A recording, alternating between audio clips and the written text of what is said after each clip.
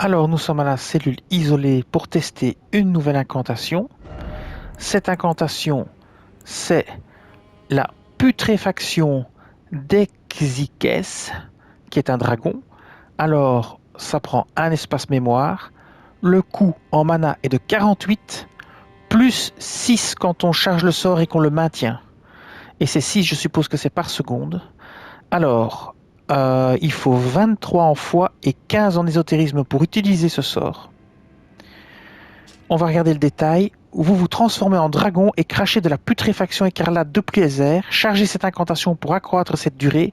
Vous pouvez l'utiliser tout en sautant, ce qui est très intéressant parce qu'on a remarqué dans un des sorts précédents que quand on l'utilise en sautant, on ne peut plus être interrompu parce qu'on est en l'air. Et donc les soldats, enfin, vous pouvez encore être interrompu si on vous attaque avec, par exemple, des flèches, mais si quelqu'un vous attaque à l'épée d'en bas, vous avez beaucoup moins de chances d'être interrompu.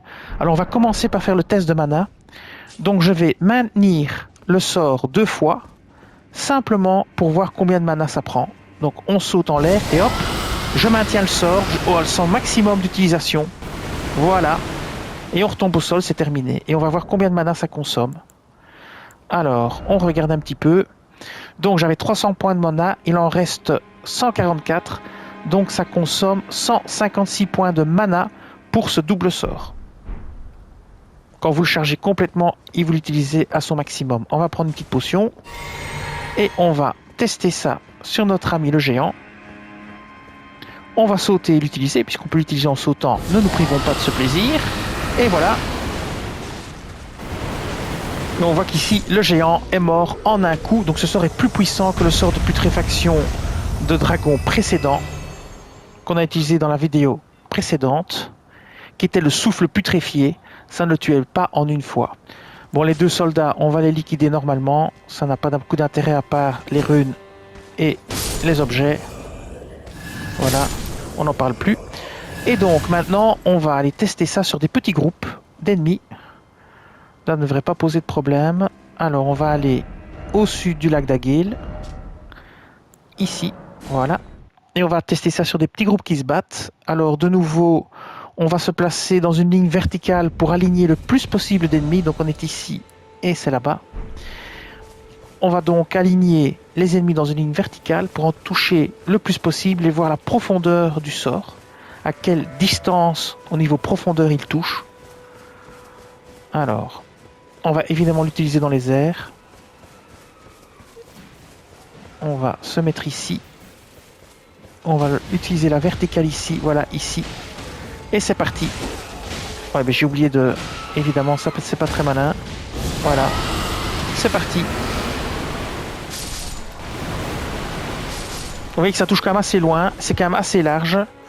Mais c'est pas si loin que ça parce que regardez, ceux du fond n'ont pas été touchés. Voilà. Mais le sort est efficace. Il consomme beaucoup de mana. Alors, on va tester ça sur un chevalier blindé de Lendel, mais je suppose que ce sera la même chose, qu'avec son bouclier, il bloquera tous les dégâts. La différence, c'est que si on saute en l'air, il ne pourra pas nous toucher. On va tester ça. Alors, on va aller à la cabane de l'artiste. Et on va tester le chevalier de Lendel. Alors, je ne vais pas l'attaquer par surprise, parce que par surprise, on le tuait déjà instantanément avec l'incantation souffle putréfié qui était moins puissante que celle-ci. Donc, on sait déjà que si on l'attaque par derrière et qu'on le prend par surprise, quand il n'a pas son bouclier, il sera de toute façon anéanti. Donc, ça vaut même pas la peine de faire le test. Ça raccourcira la vidéo. Moi, je m'en fous pas mal que ma vidéo fasse 8 minutes 1 pour placer 2 pubs. Je place pas de pubs, je m'en tape. Donc, le but, c'est d'être efficace. Alors, ici, on va le laisser se défendre. Hop. On saute et on lance le sort.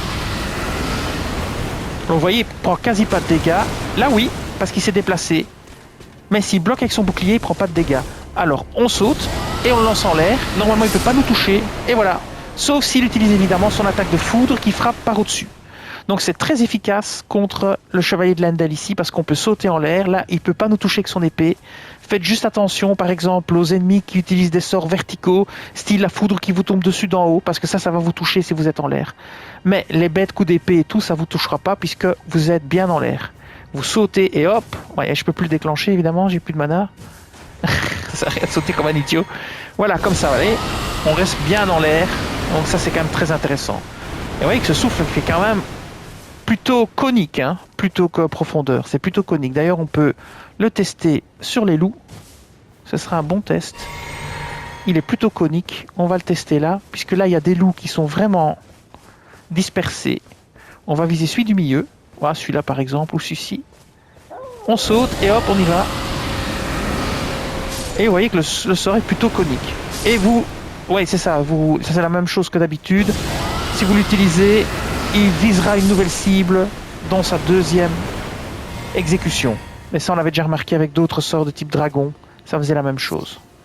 Et bien voilà, cette vidéo va s'arrêter ici. Je vous dis merci et à bientôt.